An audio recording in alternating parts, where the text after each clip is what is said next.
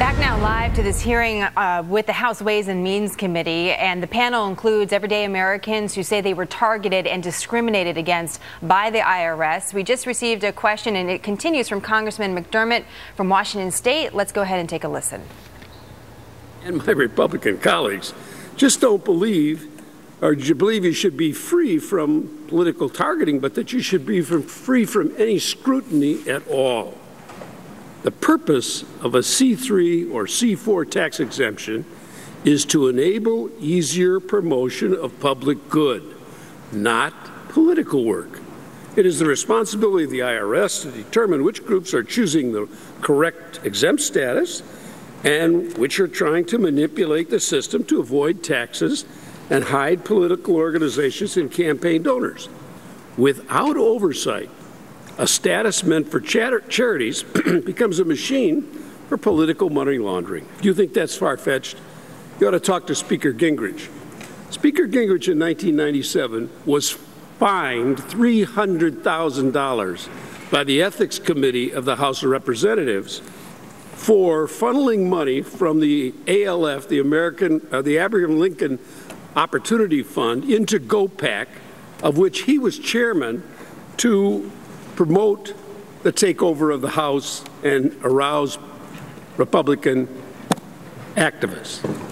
Now, that's what happens when you don't ask questions. Each of your groups is highly political, from opposing the president's health care reform to abortion restrictions to gay marriage.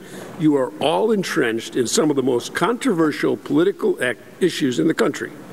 And with your applications, you are asking the American public to pay for that work. Many of you host and endorse candidates. The line between permitted political activities and non-permitted political activity can be very fine. And it's important that the taxpayers know which side you fall on.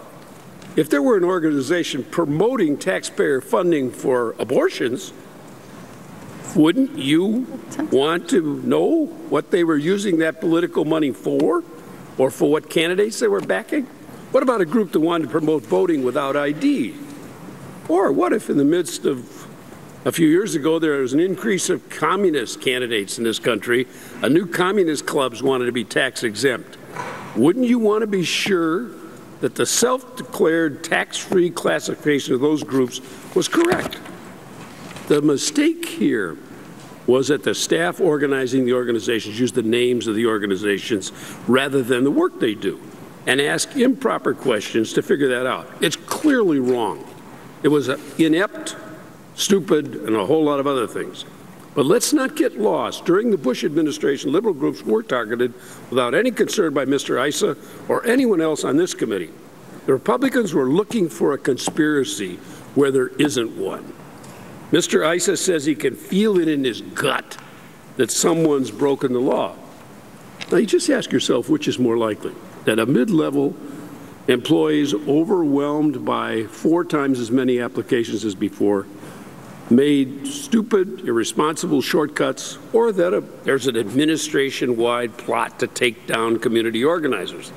Let's not forget, this happened under an IRS commissioner appointed by George Bush and was investigated by a Republican inspector general. What happened to you was unfair. It was unfair and incredibly inconvenient, but it was a mistake. Our job is to make sure it never happens again. I haven't heard a single word here about what questions you think we ought to be able to ask you about your tax-exempt requests. Anything else, like the circus that's happening in the Oversight Committee or here, is simply political theater. It is diverting attention from what we ought to be doing on this committee, is rewriting the law if it's wrong. All right, thank you. Time's expired. Mr. Ryan is recognized. I'm going to deviate from my original question in response to what I just heard.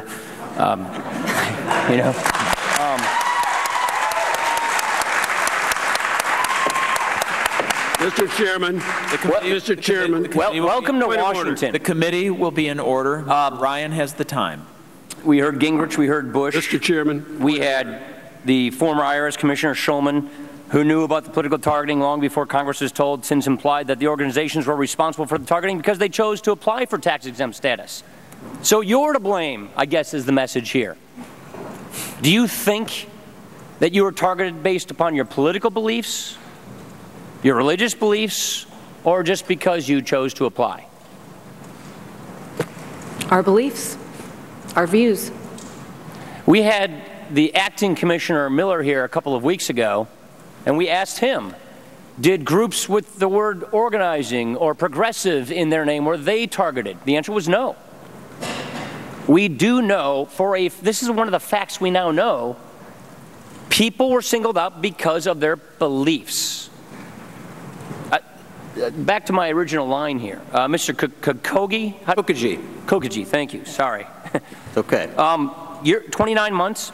29 months and counting. And counting. You haven't been approved yet. I've not been approved. You've been asked, one of your inquiries, 90 questions, asking you to provide a list of your members and donors, the political affiliation of your mentors, and your political position on virtually every issue important to you.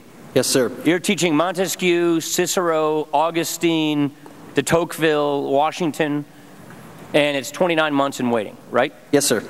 Okay, Mr. Eastman, I just want to get this one nailed down.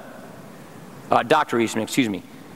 You have proof that the IRS, an individual or a group of individuals at the IRS committed a felony. You have proof to this, and nothing has occurred to seek or find justice. Is that correct? That's correct. Federal law requires that we be notified if there's an indictment brought. We have not been. Federal law allows us to request information about what the status of the investigation, whether it's been productive or unproductive, and any action taken. We were refused to respond any answer to that request as well. We have identified that this document came from within the IRS. So your donors are confidential. That's protected by law. You have proof that the IRS leaked your confidential donor information to a group that opposes your point of view, and your donors were harassed as a result of that. Is that correct? Yes. All right, Ms. Martinick, right next door in Iowa, I work with groups very similar to what you do in Iowa. Your board members, the IRS told you that if your board signed a letter saying that they would no longer picket or protest on behalf of the pro-life movement at Planned Parenthood, that then they could receive their tax-exempt status. Is that correct? That is correct. So surrender your First Amendment rights, and then we might approve your application. That is correct. She said it was ready to go through. Everything was in order, and as soon as they received that letter, the application would go through. We have not heard any testimony that this is happening to groups that have the opposite views.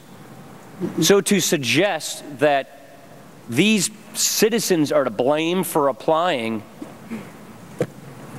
I don't understand how one can make that conclusion. I yield.